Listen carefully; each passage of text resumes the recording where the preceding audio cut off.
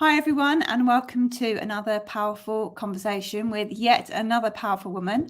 I'm delighted to be joined today by Donna Okell from UK for Good, and very excited about talking to her because she's doing some great things out there. But I'm not going to ruin the surprise by what she's all about. I'm going to let her introduce herself. So, hi, Donna. Hi, Claire. So tell us who you are and what you do, what lights you up, what gets you out of bed every day to make your contribution to the world. It's probably one and the same answer, I think, but I'll do my best. So as you say, I'm Donna Okell, and I am founder and bee leader. Most people have never heard of a bee leader, so I'll explain what that is. But I'm founder of UK for Good and a bee leader. And that's as a result of a bit of a light bulb moment, really, having spent 40 years in running family businesses, being a private wealth manager for Coutts & Co., and running a charity for 5 years. And throughout that very long career, it became increasingly obvious of the opportunity and responsibility for businesses to do good and do well. So not just to focus on the bottom line, on making a profit, but actually to think about how they make that profit and what they do with that profit. And I remember going back, oh gosh, when I was at Coutts, thinking about CSR and thinking, actually, CSR stands for corporate social responsibility, and corporates make up a fraction of the percentage of amazing 5.8 million businesses in the UK, and wondering, actually, who's helping those small and medium-sized businesses better understand and improve their impact on people and planet as well as profit. And I went on from Coutts to set up and develop a charity to match the skills of businesses with the skills needed within the charity sector. And really, it was at that point I become increasingly interested at the way that businesses can shape a better world. Fast forward a couple of years, and I came across B Corp. And really, that's when at my very ripe, very old age, I realised what I wanted to be when I grew up, and that's a bee leader and a leader of an organisation that helps businesses better understand and improve their impact so that can help shape a better world. Because as so many people are, I am really terrified for the future that my children and now step-grandchildren are facing. So I set up UK for Good in 21. I became a bee leader, which means that I've completed a programme with B Lab, the not-for-profit governing body of B Corp, to help businesses on their B Corp journey, to help them prepare for and navigate and improve their social and environmental impact. And it's great. Oh, it's brilliant. It's such a good cause. When we first met and had a conversation, it was, some of it was very eye-opening for me because I suppose I hadn't really thought about being a small business, how you could still make a difference. Can you try to explain some of the differences that small companies can make and how they count? Absolutely. So, some people listening to this podcast won't have ever heard of B Corp. Awareness is still fairly low in the UK. There are 6,000 B Corps in the world, just over 6,000, and there are 1,300 or so in the UK. And B Corp is a certification for companies that reach high standards of social and environmental impact. And as long as you're for profit, that framework, which comprises 5 sections, so governance, workers, communities, including supply chain, the environment and customers, as long as you are a for-profit business, you can apply for B Corp certification. It's rigorous, and that sometimes puts small businesses off. But 90% of B Corps are small businesses, SMEs, small and medium-sized enterprises. And we work with a huge number of small and medium businesses that are doing some fantastic things, even if they don't employ people. So having a commitment to doing things well. So whether that's the way they engage with the local community, be it through volunteering, be it through financial donations and a combination of both, being advocacy, being amplifying a small business's voice, as a one-man band or a business that's got perhaps fewer than 10 employees, it's sometimes overwhelming. It's easy to feel like these problems, certainly from a climate change perspective, are huge, and they are huge. And actually, and the B Corp movement is a great example of this. It's often a question of, the whole is greater than the sum of its parts. So joining the B Corp movement or the Better Business Act, there are ways we can make small and positive impacts within our own business and then join with others to amplify our voices. So small businesses can measure their carbon footprint, they can look at their waste, they can look at what they buy and where they buy it from. And those, what look like small and insignificant choices, collectively can make a huge difference.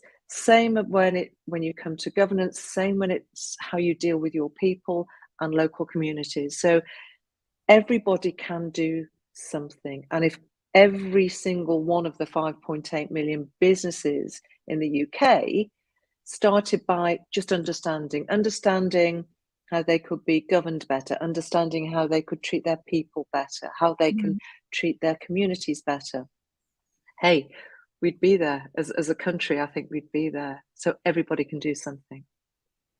Yeah, and I think the values of what you're talking about are values that really should be part of human society, really. These values of having kindness and compassion for everything that we do.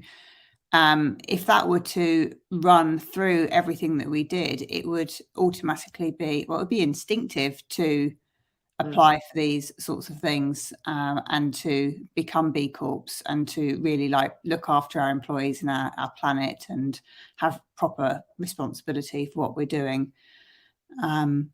But I guess what is it, do you think, that stops people from companies from applying for B Corp? I think it's first and foremost the lack of understanding of what the process looked like. So to become B Corp, you have to complete an online assessment, which is free to access. And I'd encourage anybody to have a look at it. It's called the B Impact Assessment, or BIA for short. And it's a great framework. So just to look at that framework and have a think about, actually, could we do this better? Could we, for example, the way that we are a diverse and inclusive company, could we be better at that? And okay, what would we have to do? And often it's a simple question of formalizing what businesses do, even small businesses. So for example, we do a bit of volunteering, we don't report it or we don't record it. So having a volunteering policy, recording how much you volunteer and how that makes a difference. The same with waste, recording your waste, having a policy to an environmentally preferred purchasing policy, having a commitment to think about where we buy our paper from or where we employ people from. So thinking about the environmental impact of the purchasing decisions we make, for example. I think people think it's huge. It isn't huge. So the B Impact Assessment is a rigorous framework. It's intentionally difficult and it's very doable. So you'll see a raft of organisations that have fewer than 10 employees on the B Corp directory, for example. But sometimes the language is not always desperately easy to understand or obvious for businesses based in the UK. It's a global certification. So what might apply in one country is different from in the UK, for example. But there is a knowledge base, there's a learn more function. So there's a whole host of resource on the assessment itself. And then there's people like me, they're B leaders, there are organisations like UK for Good. They're ready and keen to help businesses who have all the right intentions and have, really importantly, the right values, but just aren't quite sure, need a bit of support, just like you might need support for change management or HR or marketing or whatever it is. Often we need experts, and the experts are out there. So first and foremost, a lack of awareness and or understanding, a fear of it being too difficult, a fear of cost. We're in a cost of living crisis, and it's tough. It's really tough for all businesses out there. And actually, a lot of being a more ethical and more environmentally friendly business often results in not doing as much of, so not buying as much, not consuming as much. And those environmentally preferred purchasing decisions are often more cost-effective decisions. You kind of think about how much energy you're using, for example, using public transport instead of using the car, those kind of decisions. So often it can be cost-effective. And this is news that a lot of your listeners will want to hear, that on average, B Corp SMEs outperform non-B Corp certified companies. Profitability by 14% higher, growth by 20% higher. So companies that are doing good are doing well. They're outperforming. People want to work for, buy from, and invest in companies they trust. Yeah. And so we're seeing an increase in investors, for example, looking for B Corps because on the whole, they're lower risk, and on the whole, they're higher performing. So it's kind of common sense, but as you, I'm sure, will have said to other people, common sense isn't always that common. So yeah, it's fear of the unknown, it's fear of costs that may be, a misplaced fear, but otherwise it's have a look, have a go, and if think you could do with some support, there's a whole raft of support out there. Yeah, I think it is interesting. I think once you get through that fear, if you're determined and it's something that you really, really value, then there's always a way through it. I think one of our biggest fears as well is asking for help, and believing that we can do everything ourselves as business owners, and actually we can't always. And asking for help is sometimes the best thing to do anyway. Yeah. So it's the collaborative approach as well, isn't it? It's working with others to shape a better world. So how long do you think it will be before becoming a B Corp is, when is that sort of tipping point where it more people will be B Corps than not, more companies will be B Corps than not? How far away are we from that? Statistically, right now, a long way away. I mean, the tipping point academically is often accepted as 25%. So if you look at 25% of 5.8 million businesses, it's a very large numbers. We've only got 1,300 in the UK so far. But I think what you're seeing is, and obviously B Corp certification isn't the only certification to look at your social and environmental performance. There are ISOs, there are self-certifications, there are all manner of ways to improve the difference a business can make to its people and the planet. But I think there is an increasing acceptance that that's what people want, that's what investors want, that's what clients want. And you look at any large organization, particularly in the public sector, to tender for a contract from the larger organizations, having a clear plan to demonstrate your social and environmental impact, or ESG credentials, is the norm now. So it will be a spin out of that, together with, from bottom up, businesses are facing a lot of pressure from their clients and customers. Young people especially are voting with their CVs and their wallets. They are asking their interviewers, tell me about your environmental impact. 83% of people want to feel as though their job is making a difference to the environmental impact that they have. Ditto when you're buying stuff from someone. I buy very little stuff these days, but when I do, my default is to have a look on the B Corp directory. I buy all my household cleaning products from a B Corp called Bauer Collective. I'll buy from Elvis and Cressy. I'll buy from Cook Trading. So you soon get to know, actually, I'm going to buy from this company because I know that their social and environmental impact is high. Therefore, that makes me feel better too. Yeah. So it's coming, and it's coming fast. Yeah, I can see that, particularly as the sort of the younger generations get to the point where they're having much more influence, that really will create a tidal wave or change in direction, because you need to get employees working for you, and if that's what's important for them, then that is when a shift starts to happen. Absolutely. So what, from your perspective, like having UK for Good and being a B leader, what's been the biggest challenge for you so far in making progress in your business? That's a really good question. I wish I had 48 hours in a day. We're working super hard because demand is high.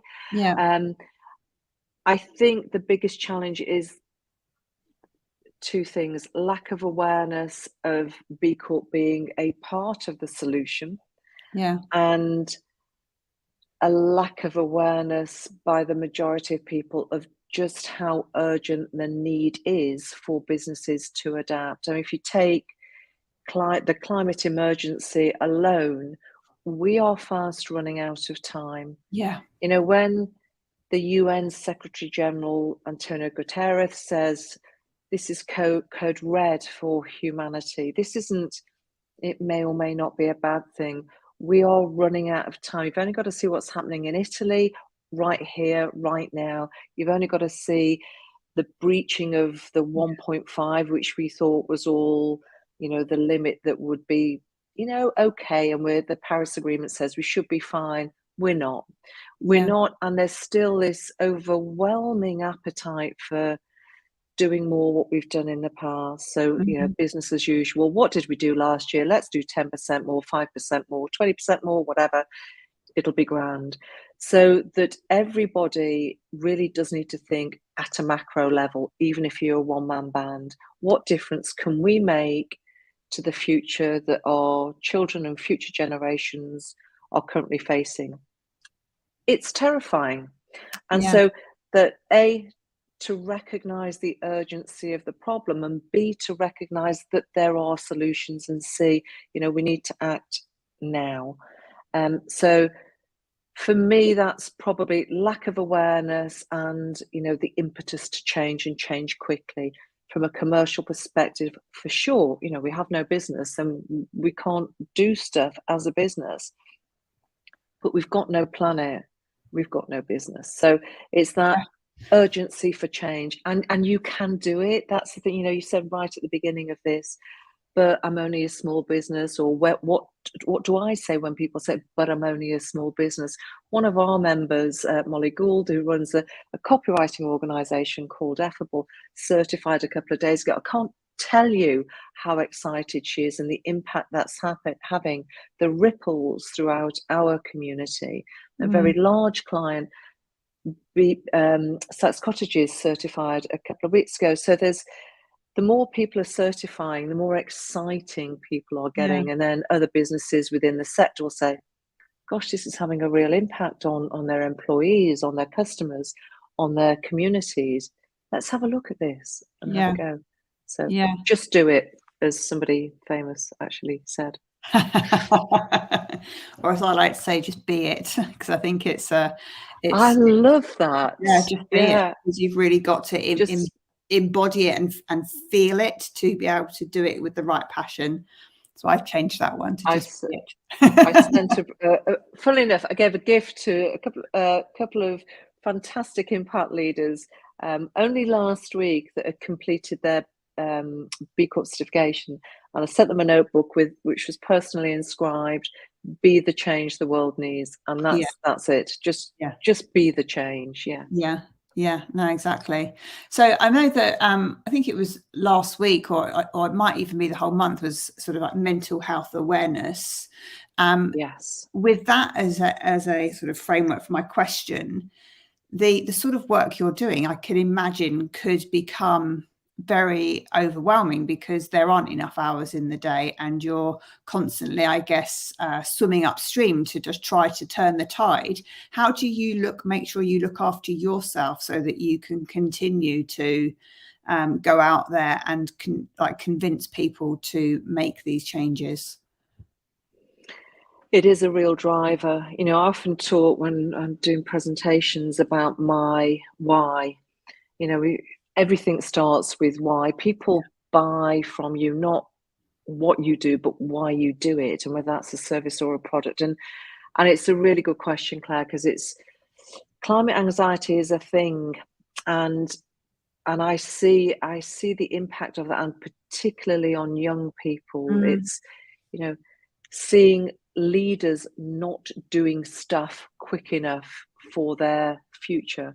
And I look at my step-grandson in the eye, and every single waking day, my children, my grandchildren are my why. And I look at them and I think, I have to be able to look at you in 10 years' time and say, I did everything I can. Now, with that comes the phrase, put your own oxygen mask on before helping others. And it's tough. It really is tough, because the scale of the problem, and I know the opportunity and the solution, and I'm working on both all the time. So what do? I make sure I get plenty of time in nature. I've got two dogs. I do a lot of dog walking. I love the garden. And actually protecting that is really tough. And if any of my friends and contacts are on here, they say, you need to tell her to do more of that, because it is hard. It's very hard to strike that balance. We've got some tough challenges as a society, and I know that I can contribute to the solution, and I have to be able to do that. So I have to look after my own well-being. And but we do need to look at climate anxiety as a problem. It is a huge problem, especially in young people. So the answer for me to that is, okay, what can I do? Because it's easy to get super sad about it and super anxious, but actually here's stuff I can do.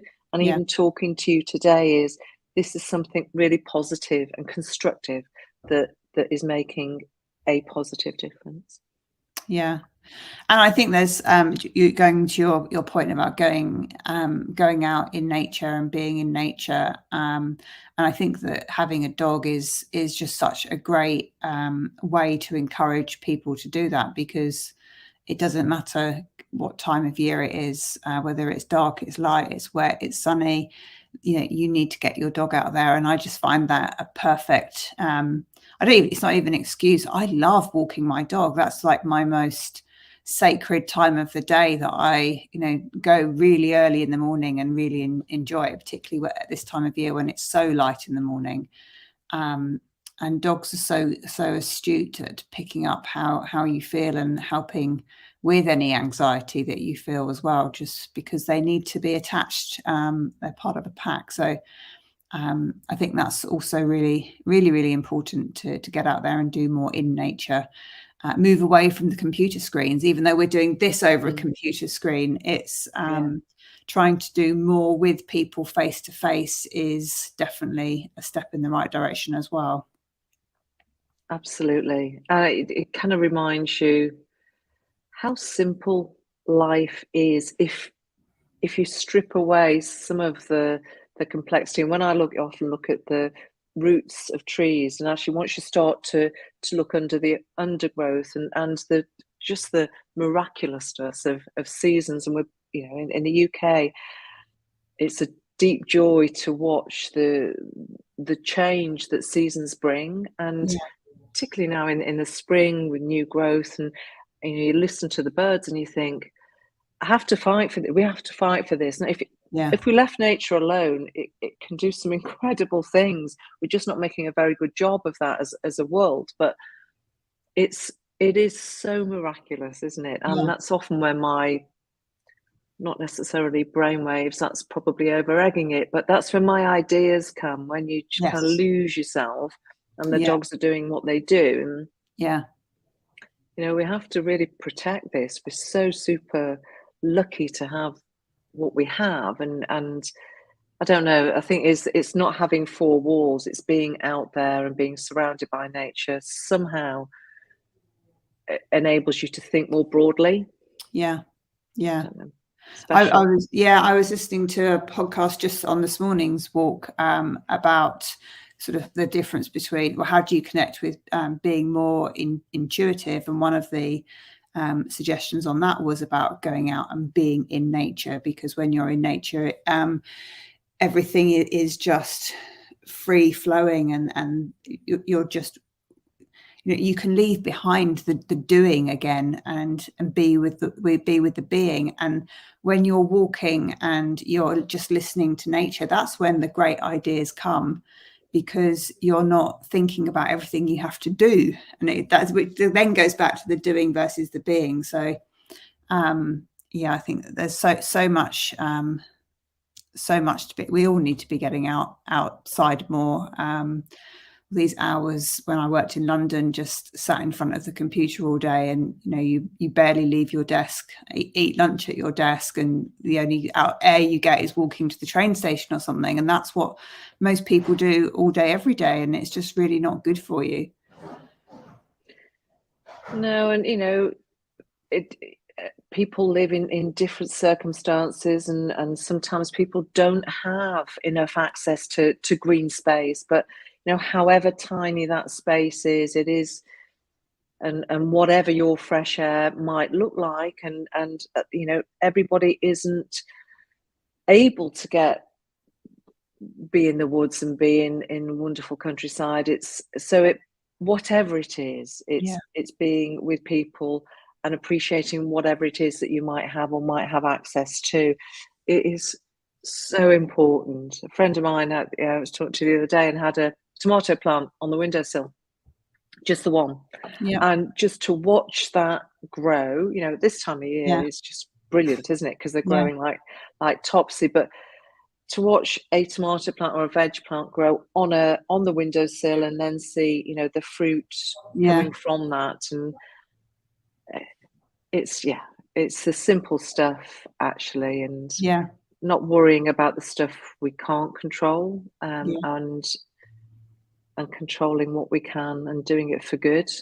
Yeah, definitely. I'm a big advocate of house plants. I believe I really feel they like to live more in clusters than on their own, though I do notice they seem to thrive when they're near each other as well. But just that, if you don't have a garden, just that tending for a house plant is just really good. And I think they've done research on it, that even I think even artificial plants can trigger your brain to give you the benefit of being in nature.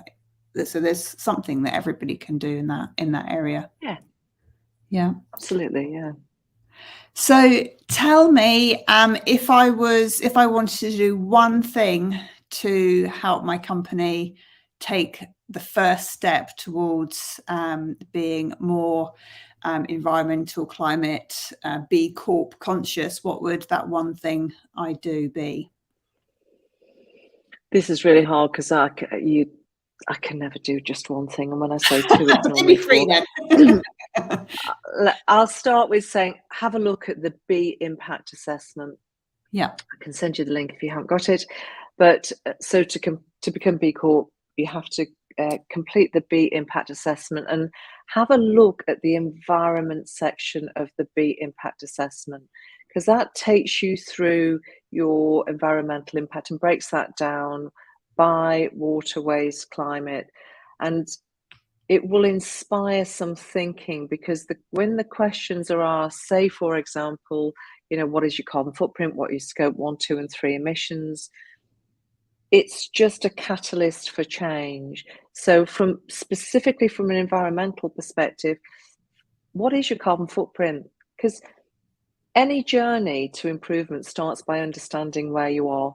Most journeys understand. You want to lose weight, you need to know where you are now. You want to improve your fitness, where are you now? If you want to improve your environmental impact, where are you today? And it's a great baseline. So there are a number of ways you can do that. There's loads of free resource. I know Ecology do a resource for small businesses, so you can go and check your carbon footprint on there. Geeky Earth Zero, there are a number of them. So go and measure your carbon footprint. So, and even if you are a tiny home-based business, go and say, okay, this is where I am, and identify even 2 or 3 areas for improvement. Eliminating single-use plastic from your home or from your business, looking at ways to improve energy use, turn lights off when you're not using them, LED lights, reduce water uses. A lot of it is around reducing. Just reduce the amount of stuff you consume, or improve those purchasing decisions. Start the environment.